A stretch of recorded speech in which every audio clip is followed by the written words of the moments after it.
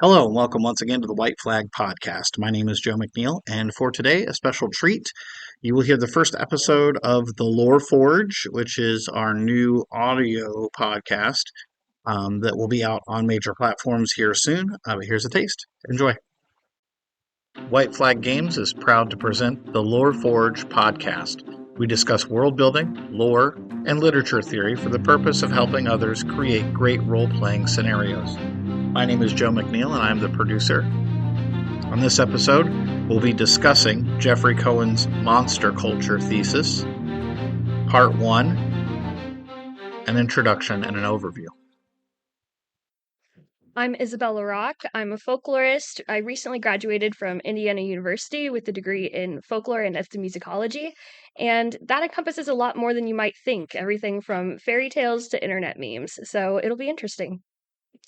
I'm Solomon McNeil. I am also a DM here at White Flag Games. I've been around for 12, 14 years, but I've been both a player and a DM myself. I've used many different systems, so I hope I can bring a couple different perspectives. Hi, I'm Isaiah Parker. I've been playing D&D for about 10 years now. I've been a DM and a player, have a lot of experience in it. I'm probably going to be the youngest out of this group as I am 19, but I will have the most imagination out of all of them. So, our topic we'll be covering right now is monsters, specifically from my teaching on the monster theory of the seven thesis of Jeffrey Cohen. And I think it'll be an interesting discussion to not only see where monsters come from, but how they can be utilized in different types of stories. So, first, let's start off by saying, like, when you first think of monster, what is like the quintessential monster to you? I would definitely say like something ugly or fearful, but ugly is the immediate one that comes to mind. Anything that's just ugly, people automatically consider like a monster. A lot of times I think of some sort of challenge or some sort of force to be dealt with or reckoned or feared, some sort of not only living creature itself, but sometimes a symbol as well. I think it's interesting that as someone who's only played D&D once, I don't know how much this is actually utilized in the vernacular, but I've heard that any creature you might encounter in D&D is called like a monster. Is that what you would use usually? Is it just like anyone that is different from the player character that's not an NPC? Sometimes there's a lot of different types of monsters, but they're all considered mainly under the umbrella of monster, yes. Yeah, a lot of times, usually there's a difference just between PC, the player character, and then the NPC, the non-player character. But usually the non-player character is what encompasses just all of it. Usually the only difference between what you think more so of an NPC of being like, oh, this is just a civilian in a town or a merchant or whatever, between that and then like, oh, this is a savage monster who roams the world or a dragon in a lair or whatever. Sometimes it's really just down to their intelligence and whether or not they are more thought-provoking than just I am an animal and I eat, I sleep, and I just live off instinct. But there's a lot of different ways they're depicted in the different systems and stuff like that. But I feel like most of the time, the way that monsters or creatures are taken from literature are just like, what are the common things that vampires do or are weak to? Like, oh, so if you use some weapon that's made of silver, or if you stake it in the heart, or every time it dies, it goes to its coffin, that kind of stuff. That's usually what they take from it. Yeah. And that's one of the things about folklore is that any type of story, any type of being will transform over time. It always has to have variations. So, from like a perspective of storytelling, that could happen from story to story, from game to game, anything like that. But one of the main theses of this article that I find interesting is the idea that the monster is a specific product of its culture and how no matter what monster it is, every time that it appears, it'll be in a specific time and place in that cultural moment.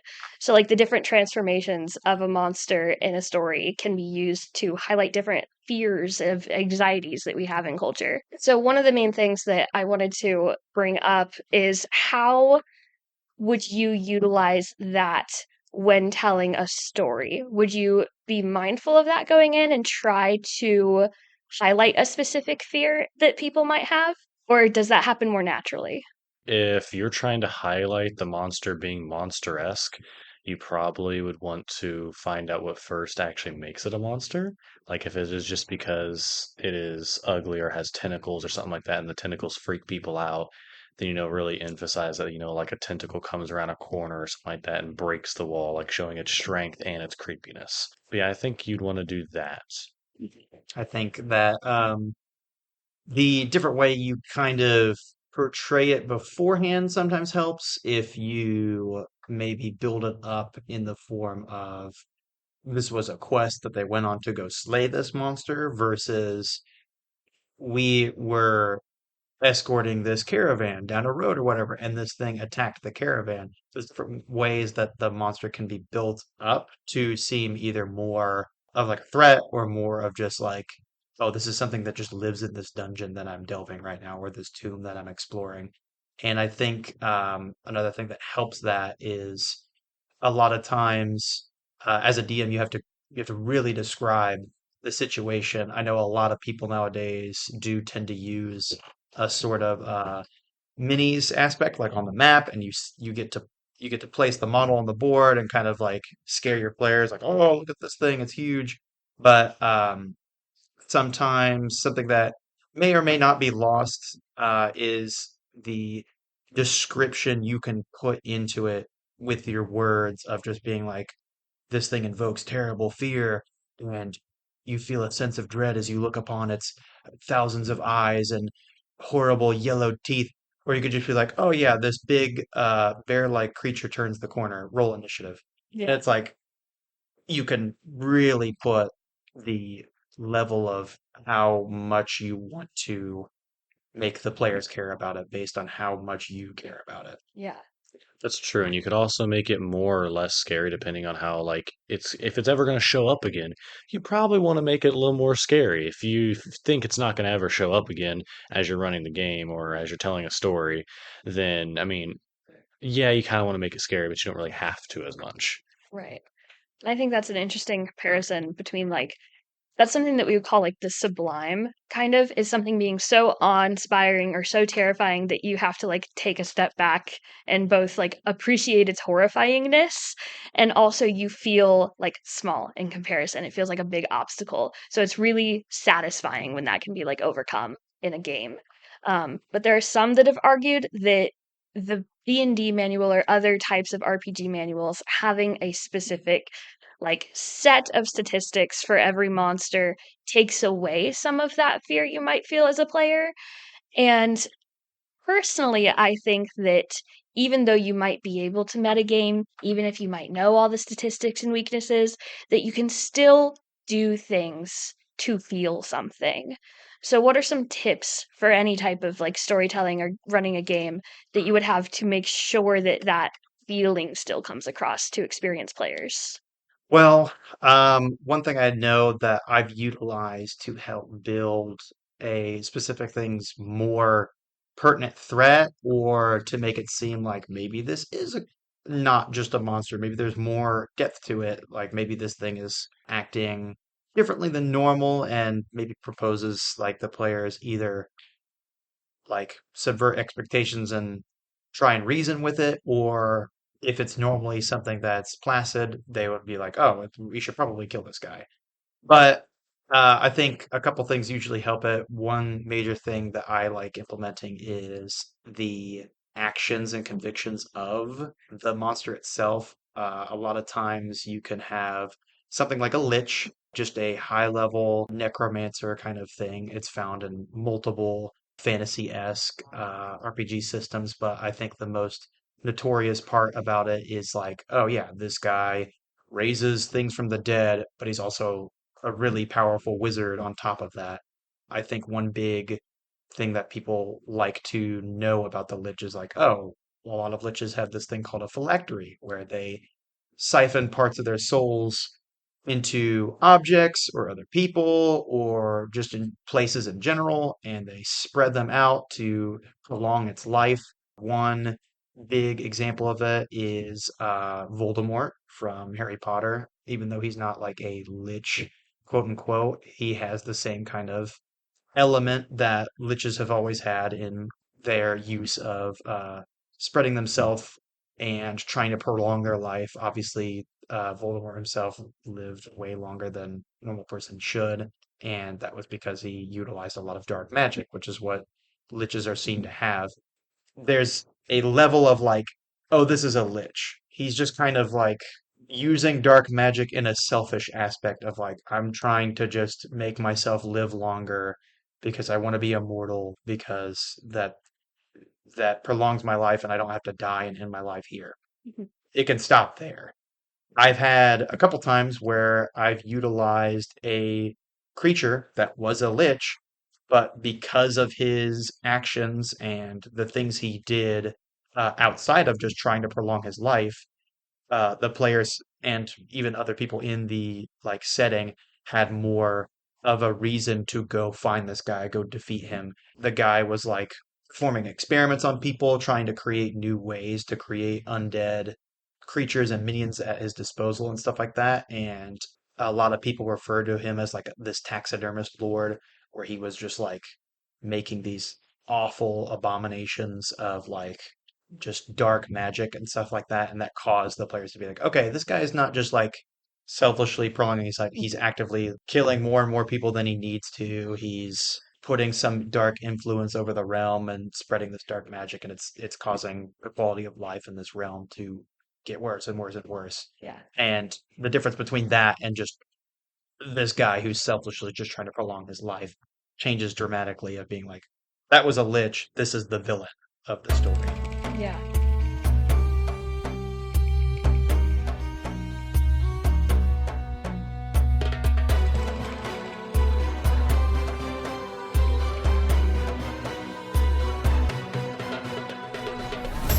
I have a lot of thoughts on dark magic and stuff like that. But first, Isaiah, do you have any other thoughts on like making things still feel monstrous, even if you like know the metagame aspects of it? Two things. One, statistic wise, is that if you're as a player in any game, you can always know that whoever's running the game can change those stats. So I try to always forget about the stats whenever I'm a player because I don't know that they could have just made a frog for some reason have 1,000 HP. Who knows? But secondly, though, a way that you can make a monster more monstrous is in the beginning not even making them a monster, making them maybe like a friend of the party, Mhm. which is what I've done multiple times. Is I will make a friend of the party, slowly but surely turn against the party, and maybe even try to convince another party member to go against them, kind of making it that they're a monster because they're a traitor. Interesting. And that really, even if it's just a fairy, for instance, it really, really makes the party despise them. So they might not be a monster in that way, but they're definitely an emotional monster. So now they want to Right. kill them or get revenge. Interesting. I like that idea of like there's both physical monster from like how you look slash your actions that you do yourself, but also monster in like a societal sense of like you have turned against them and betrayed them, and it's yeah, that's super cool. So my thoughts on the dark magic type of stuff is mostly in storytelling. I would say that dark magic is always seen as something bad or evil. And mostly it seems that from the type of media I consume at least, it seems to be that dark magic is in some way using slash hurting other people, using life essence for selfish gain potentially, or somehow affecting other people to a degree where they can't control themselves and are just sort of like your minion at that point. And all of those aspects are something that could be seen like as monstrous. And I think that that's interesting, especially because dark magic technically is still magic, which could be used for good. But everything that goes into it is somehow against the moral system of the world that you're either playing in or writing in, that sort of storytelling aspect. Yeah. So one of the things that makes me like wonder is could there be a system or a game where the dark magic itself is not monstrous? Or do you think that's so baked into our culture right now that when you see that, it's kind of like flags go up of, oh, this person might be evil? No, I think there's plenty of ways that are usually implemented in a lot of game systems I've used that are like, for instance, there's a lot of like classes, usually what like the players pick as the basis of like creating their character in a game system.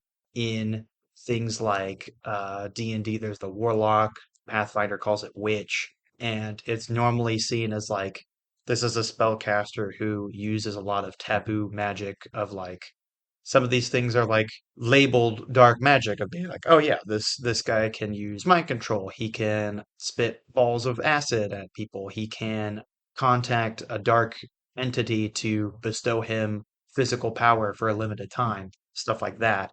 But the player himself and the character is using those powers, but usually they'll use them for good. I've known very, very few campaigns that it's like the players are the bad guys in the story, and you guys are doing uh, the bad road.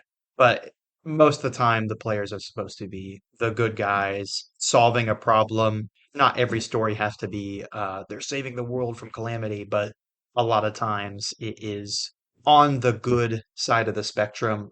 There's still other campaigns that are like, this is more neutral, where it's like, oh yeah, you guys are like going to commit a bank heist on a whatever, and that's not primarily evil. It can be evil. It can be like, oh, I'm going to hold up all the people in the bank, and then we're going to kill them on our way out.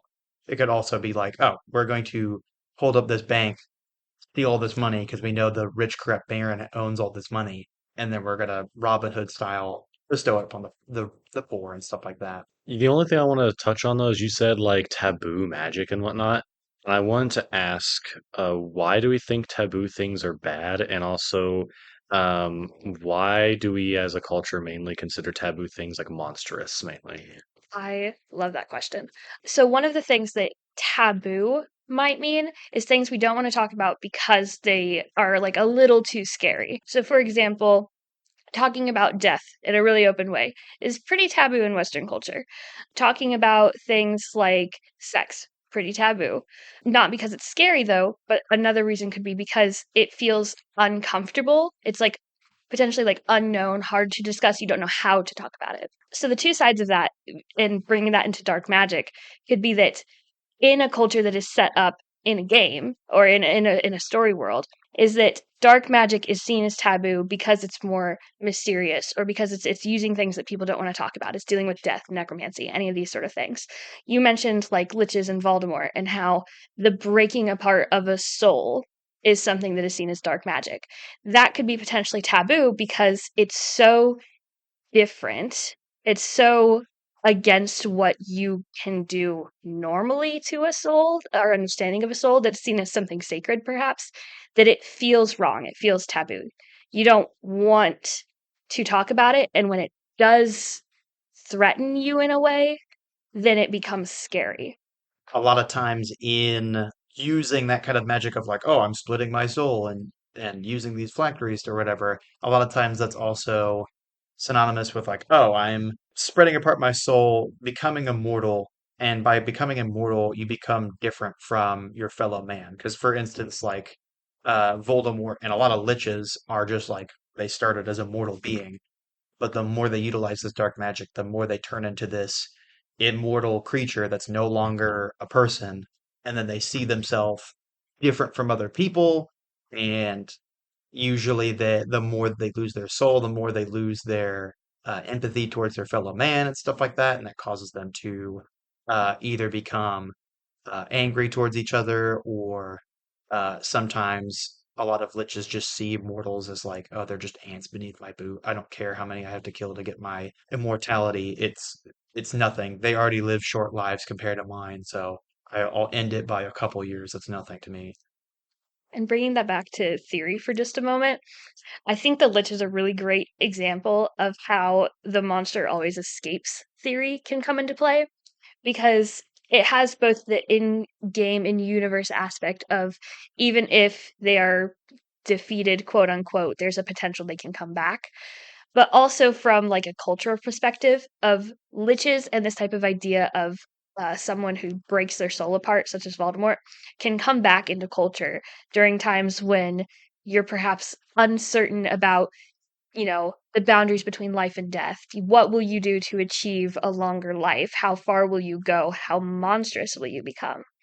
But also this theory of, what's taboo and what's a good way to phrase this? Of not only what makes us afraid, but of what makes us feel like the boundaries between human and monster can be blurred. And that can come into what is referred to as category crisis of, human versus non-human or evil versus good and all of these like dichotomies. Whenever the lines are blurred there, it makes us feel uncomfortable. It makes us feel like a little afraid. And so by using these opposing like factors in a monster, even going to things like a werewolf, for example, between man and beast, it makes us confront the idea of, oh, not everything that exists in this world can fit into neat little boxes.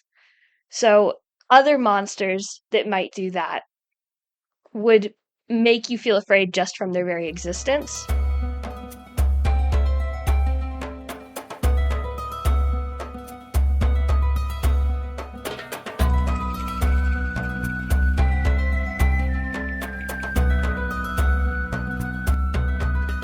So, monsters of that nature that are already pretty scary, what other things can you do to enhance that in the story, to bring out those opposing qualities? So one thing is that you said the category crisis and whatnot. If you can somehow make it, oh, what is the word that like it's almost looks human, but it's not. Uncanny Valley. Yes, if you can make that monster like an uncanny valley type, it would make it a lot more spooky, a lot more monstrous and things like that. That's what I would say is to make it more monstrous, kind of get to that uncanny valley area or like the category crisis, as you said, to where you're not completely sure if it's a monster. Yeah. I think one thing that also adds to that is a lot of times humanoids, things like elves or dwarves or whatever, sometimes they're like, oh yeah, it's like they're good and whatnot, but a lot of times they're described as like, oh, it's human-like, it's close, but it's not the same. Something like an elf is like usually they're, and I'm talking about like more of like a Tolkien-esque like elf, tall, beautiful, pointy ears, yada yada. A lot of times they're described as like hauntingly beautiful, and it's like they have this weird aura about them that's like they're kind of a person, but they're different in some ways to us, but in a way they're so similar that it's just on the brink of are they a person? Are they a human like other humans, or are they like something else entirely? And whereas most of the time that elves and dwarves and stuff like that, they're just like, oh, they're just more regular people. Most of the time they're good and whatnot. I think that's a small portion of like that can add alienism to like the other races and stuff like that. I know a lot of people love to imagine the rivalry between dwarves and elves, how they're the two opposite sides of like a human from each other, that they don't like each other in some weird rivalry aspect, that they always are at each other's throats for no other reason than they just look like each other and they have different aspects about them. And that bridges perfectly to the theory that, or the thesis, excuse me, that is called the monster dwells at the gates of difference, where anything that's different between a group of people and another means that it could be scary between the two groups. So mostly this theory is talking about a more outside of the story quality. So it could be anything from like political differences, cultural differences, race, economic status, and all of these different types of like societal implications. But in a story, these things can be either really obvious in the storytelling or it can be more subtle. So, one example potentially is the evolution of why, quote unquote, why, there are many reasons, but why Dracula has appeared in different movies throughout the years. So, this is not just my idea. Definitely, like a lot of people have theorized about this before, written academic literature about it. But I do think it's really interesting that in the original movie with Bela Lugosi in the 30s, it was fear of like an outsider coming in that has like a lot of charisma, a lot of like suave qualities, a big house, being able to like take over and prey on the weaker people of a culture, the women of a culture from an outside perspective. And then you see like in contrast the movie that Coppola did in the 90s, and how in that case Dracula is still the same monster that you know from folklore, but the different emphasis in the story, especially being placed on like the blood and the gore throughout the film, and how much is shown of like transformation through blood, that as a product of the 90s, it could be interpreted to reflect cultural fears of AIDS having come up, and, you know, disease or different things transferred through blood. And then all the way to Twilight. And I've never read Twilight, only watched the first movie, but people will say how Twilight is a vampire story that is instead not about like being preyed upon in a sexual nature necessarily, but it is about kind of like, you know, abstinence in general, and how the monster in that case is a form of desire, which is another thesis, but it's still seen as something monstrous, even though that theory that, oh, you can be attracted to what makes you afraid because it's so compelling and interesting. Differences in vampires over time is something that I think is very interesting. But any monster can have all of these different like types of cultural differences. Thank you for listening to the Lore Forge podcast. Join us next week as we discuss more on Jeffrey Cohen's monster culture thesis. This was recorded live at White Flag Games in Mooresville, Indiana. Produced by Joe McNeil, featuring Isabella Rock, Isaiah Parker, and Solomon McNeil. Theme music by Alex McNeil.